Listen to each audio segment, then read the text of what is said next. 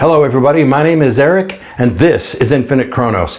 Today we're going to be taking a look at some really great, nice, affordable field watches. Now what do I mean by affordable? I'm talking under $300. Let's go check them out. Alright, so if you are new to field watches and you'd like to know a little more history about field watches, go ahead and stick around right now and I will give that to you. But if you're somebody who already knows all about field watches and just wants to see the ones that I'm showing, feel free to skip ahead. I've left timestamps in the description so you can find the ones that you're looking at. Anyway, let's go ahead and get started. So prior to World War I, field watches were not worn by men at all. I should say wristwatches were not worn by men at all. In fact, men typically just used pocket watches. That was kind of all they wore. It was kind of a status symbol. But after World War I had begun, it became very important to synchronize movements between troops and, things that they were doing at the time. And that became a real problem, especially when you start getting into what they called the creeping barrage. It became so important to have accurate timing. Now, what is the creeping barrage, you might ask? Well, I'll tell you a little bit about it. The creeping barrage was nothing more than artillery from behind you would fire on the position in front of you, typically about 50 to 100 meters in front. So it was pretty close. And they would start shelling that position and softening up the target. Then the troops would then leave the trench and charge that forward position. Meanwhile, this creeping barrage would then move ahead another 50 to 100 meters and start shelling that area. So you can kind of see that timing was extremely crucial because you didn't want to get caught in that barrage at all. So, and of course digging into your pocket and digging out a pocket watch and looking at it and trying to pay attention to what's going on the battlefield, that does not go well for a person like that. So what did they do to take care of that? What they did is officers and soldiers who did have pocket watches at the time began to solder these lugs on either side of the case. And then they would take either a piece of leather or canvas and they would run it through the lugs and attach it to the wrist, and there you go. The birth of the trench watch, which eventually became the field watch. Anyway, there you go. There you have a really brief history of the field watch. Let's go ahead and let's take a look at the watches that we've picked out today. All right, so the first field watch we're going to take a look at today comes in at around $22 on Amazon, and it is the Casio Forrester. Now this is a neat, cool little field watch that you can pick up. It's got a 40 millimeter case, 13 millimeter on the thickness. It weighs 31 grams on the provided nylon strap. Now it does have a little keeper that comes with it. I took mine off because the nylon strap is actually Velcro, so you almost kind of don't need the keeper, but you might. The case and the crystal on this particular watch are resin, and you do have a water resistance of about 100 meters. Now you also have this kind of neat little amber afterglow LED. So really, I think if you're just looking to get in for a cheap little field watch to take, I don't know, for a weekend camping trip or just, outdoor hiking or whatever, I think this is a really great option to pick up. And at 22 bucks, hey, sounds pretty good. You get 3 colorways with it. You get this green that I have here. You also have it come in a brown, and you also have a black colorway, but the black colorway also has a black dial. Now, although I think that's really cool, I just don't know how useful that would be. Might be a little harder to read. I don't know. Leave me a comment if you have that particular colorway and let me know if that's pretty difficult to read or not. Anyway, I think it's a very light watch, super legible, very easy to read. It's a definite grab and go watch for a weekend type thing. And you do have that really kind of cool amber afterglow LED. So I think those are some really good points about the Casio Forrester. But there are a couple of things that I'm not completely loving about it. For instance, the crown and the position of the crown, I should say, which is kind of tucked in right below where the light button is, makes it real difficult to kind of grab that crown and pull it out and set the time and the date and so forth. And the crown itself is not exactly very, very large, but that's that's one of the issues I have. The other one that I have about it too is that you have these partially skeletonized hands. Now, I just kind of think if you're having a field watch, your hands should not be skeletonized. They should be just full batons so that you can really make out what the time is on this. Now, is that a deal breaker? No. And especially for like, what, 22 bucks? I think it's a really great deal. It's something nice to pick up if you're just getting into the field watch category, and grab and go and take it for the weekend. Let's take a look at our next watch. All right, so this guy here, this is the Timex Expedition Scout. This, I think, is what everybody thinks of who is into collecting watches. When they think of a field watch that's super affordable, I believe the Timex Expedition Scout is one of the first watches that comes right to mind. And it's easy to see why. You can pick one of these up right now for around 42 bucks on Amazon, and that's about the same that you would find it at a place like Walmart or anywhere else, or even on their own site. I think it's like between $42 to $46 for one of these. Now, it's a quartz watch, just like the Casio, but what you're going to get for your $42 is you're basically getting, like I said, the quartz movement. This is a 40 millimeter case, 11 millimeters thick. You have 20 millimeters on the lug width, so you can change this out for a bunch of different straps. You don't have to keep what's on there. You are getting this kind of a mineral type crystal. You have 84 grams, and it has 50 meters of water resistance. That's not too bad. Now, the case is typically made out of brass, and it's coated with a material so that it looks like stainless steel, but typically overall this is a brass case with a stainless steel back. Now, what I really liked about this watch is that it is super easy to read. I just love the dial design. It does have a very military look to it, so I think that's really nice, and it is in keeping with, of course, I think the aesthetic of a field watch. Now, I do like the playful addition of the orange arrow second hand. That kind of gives it kind of more of a camp type feel to it, and I think it's a really nice touch added onto the watch as well. It's a grab and go, so it's a quartz, so that's a really good thing, and it does really give off that kind of expedition-y, you know, field watch feel. And of course you have Indiglo. Indiglo is also really good on this watch to have, and it lights up and it goes, it's really easy to read even at night. Now, some of the things that I did not quite like about this watch is that there is no lume on the numbers, but there's lume on the hands. That didn't make any sense to me. I figure if you're going to put lume on the hands, you might as well put lume on the numbers as well. So I really think they could have just done that. It kind of felt like it was not complete in a way. So there was that. And then the date window itself blends in really well with the 24-hour inner ring. So when you're looking at it for 24-hour time and you get to the 3 o'clock position, you're going to see the date instead of, you know, 1500 or 1600 hours, I should say. And so that could be a little bit confusing because the numbers are approximately the same size. So I think maybe they should have called out the date window a little bit more, or maybe beefed up the number in the date window just a little bit more, but pretty much that's the kind of, that's the issue I have with that. So that was really kind of all I had about that. And again, I mean, for like the $42 that you're spending on something like this, you're getting a really, really, really great watch. So let's take a look at our next batch of watches. All right, so next up on our list is the Bertucci DX3 Compass Field Watch. Now, you can pick one of these up on Island Watch's website for about $85. Now, what are you going to get for your $85 with this field watch? Well, let's take a look. First of all, you're getting a 40 millimeter case with an 11 millimeter thickness. You do get a 22 millimeter lug width, and this does weigh in at around 47 grams, and it does have 50 meters of water resistance. You are getting this R-type hardened mineral crystal, and the case in total is this kind of a fiber reinforced polycarbonate case. And it does have fixed lugs, so that definitely means single and double pass straps only. You cannot add two-piece straps. It's just a one-piece strap because of the fixed lugs. So one of the things that I really do like about this watch that we're looking at here right now is it is very, very lightweight. I mean, at only 46 grams, you're really not going to even notice this watch. It's very purpose-built. It's designed to do one thing and one thing only.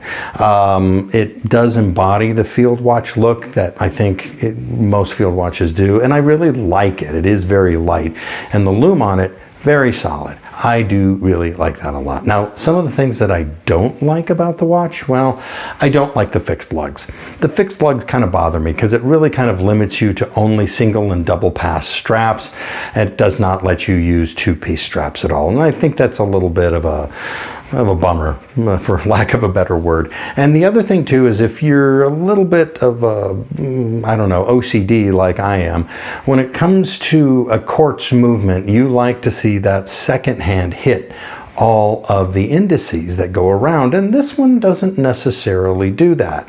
And I can understand why. It's built to be a tool watch, so they're not really kind of paying attention to that so much. I mean, it's not bad, but I'm the kind of person that really likes to see it hit all of the indices on there. So that's something to think about. But again, $85, you can pick it up on Island Watch's website. Let's go check out some other ones. These are going to be a couple of mechanical watches now. Okay, so now we're going to get into a couple of mechanical watches, and they're both going to be by the same watch company. This first one we're going to look at is the Boderry Voyager. You're getting a 40 millimeter case, 12 millimeter thickness here, 22 millimeter lug width, and you can change out straps on this one, and you are getting a full titanium case. So you're getting quite a lot for your $99. Now that's $99 on the strap. If you want to take it on the titanium bracelet, I believe it comes in at around $139. You are getting a sapphire crystal also. You're getting a Seiko NH35 movement, so you're getting an automatic movement here, and you get 100 meters of water resistance. Now, this is a great little field watch for under 140 bucks on the bracelet. And you know, it does use the NH35. It really looks nicely executed, very well put together. And of course, the lume on this watch is pretty good. Now, one of the things that I didn't really particularly like about the watch is I thought the placement of the date window around the 4 o'clock position was a little awkward, and let me explain why. Because if you look at the date itself is sitting kind of angled a little bit, and I felt like the date wheel needed to reflect a little more level reading, so it didn't feel like you were kind of turning your head and looking at the date so much as it was you were able to see the date. So I felt like that was a little bit of an afterthought, but so I think overall really a great watch. So what's the next watch that we're going to look at? Well, that one is going to be also from Boderry. All right, so this is the Boderry Landmaster. This is a really nice looking vintage style field watch that you can get on Boderry's website, of course, for $152 on a titanium bracelet. This is a full titanium watch, so case back, bracelet, all titanium. Now, if you don't want it on the titanium bracelet and you just want it on a nylon strap, that's fine. They'll sell it to you that way too. It's $128, but I figure you might as well spend the $152 because you get it on the bracelet if you want to keep it that way, but you also get a nylon strap thrown in with the deal as well. So what are you getting with this watch? You get a 39 millimeter case width right here. It is 13 millimeters thick due to the double dome sapphire crystal. You get 100 meters of water resistance, and you have a 20 millimeter lug width. Now on the strap, this weighs in at approximately 60 grams, which is incredibly light. And you are powered by the NH35 as well. So another automatic movement. So this is really nice. Some of the things that I really like about it is the dial texture. There's a little bit of dial texture, but it's not enough to be distracting. I think this watch does a very good job of resembling a very vintage field style type watch. You have these glass tubes on the hands for the hour and the minute hand, and along the indices that are filled with this type of a liquid lume. Now the lume is pretty good on this watch. It holds up really well. So there is that. Like I said, I also like, besides the vintage look to it, I also like this onion style crown. Makes it real easy to grip and set your time with. Now, some of the things that I didn't like about this watch, well, there's really only one thing, and that's the titanium bracelet. Now, as much as I say go get the titanium bracelet because you get the nylon strap, I will say having it on the titanium bracelet is a real pain pain to get that bracelet off. I struggled with this bracelet for I don't know how long. Maybe I just don't know what the hell I'm doing, but I really thought it was a pain taking the titanium bracelet off. And ever since I took it off and put it on the nylon strap, I'm not putting it back on the titanium bracelet. And the reason why I'm not is I just feel it looks a lot more like a field watch than it does on the titanium bracelet. That's just my personal opinion. You take it for what it's worth. Now, I will say that on the nylon straps, they do keep the same titanium feel going. You have the titanium keepers on this, and you also have a titanium buckle and pin with it. So I really kind of feel it does a really good job overall. And again, $128 on the strap, $152 on the bracelet. You just can't go wrong for something like this. Let's take a look at our next field. Okay, so now we come to the last watch we're going to be taking a look at today. This is from the watch company called Prevail. Now, Prevail was established by a gentleman who is a veteran of the Air Force, and he donates 10% of all the sales to the Heart and Armor Foundation, which I think is an admirable foundation, and it is a foundation for veterans. He does not glorify, or I should say Prevail does not glorify or condone war or anything like that, but he has designed a military field watch known as the Onward Future. Now, this comes in two different variants. It comes in the Explorer variant and a tactical variant. Now, this is a 42 millimeter case. It is 316L bead blasted stainless steel. It is 11 millimeters thick, 20 millimeters for your lug width. Now, the lugs are fixed. So again, it's kind of like the Bertucci.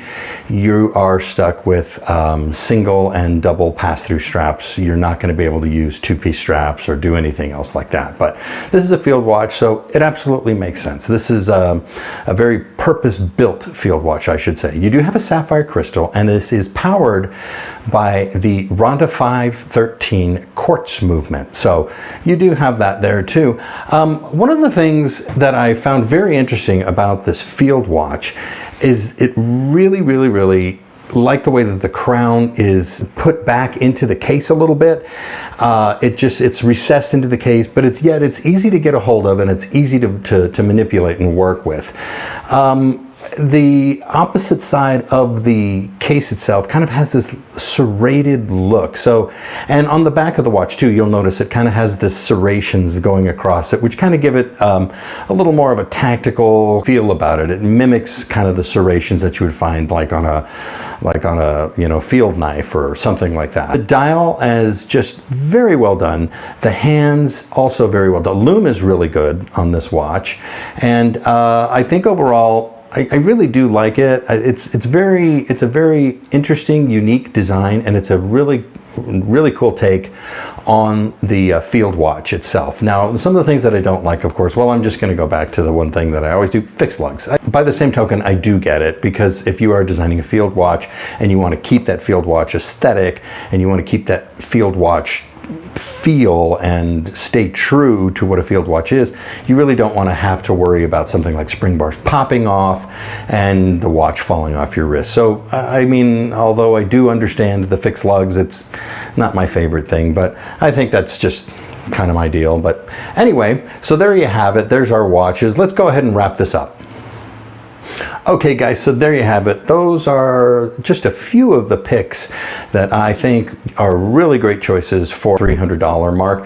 Now, I've left the links to all of these watches in the description below. Now, if you find an Amazon link, just keep in mind I am an I'm an affiliate of Amazon, so I do get a little bit of a commission if you make a purchase through one of these links. Now, it's not a whole lot, and it doesn't change the price of the watch that you are paying for. So there's that. I find you kind of cool watches, you get a pretty good deal, I get a little bit of money. Hey, it all works out for everybody.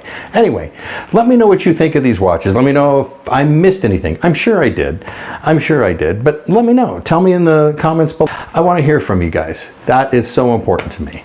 Anyway, I do appreciate you guys sticking to the end of this video, and I appreciate your support. So if you wouldn't mind, just leave a like and a subscribe to my channel for more content like this. And if I got you for a minute, I've left some other videos over here that I think you're going to really like a lot. Thanks again for watching. We'll see you in the next one.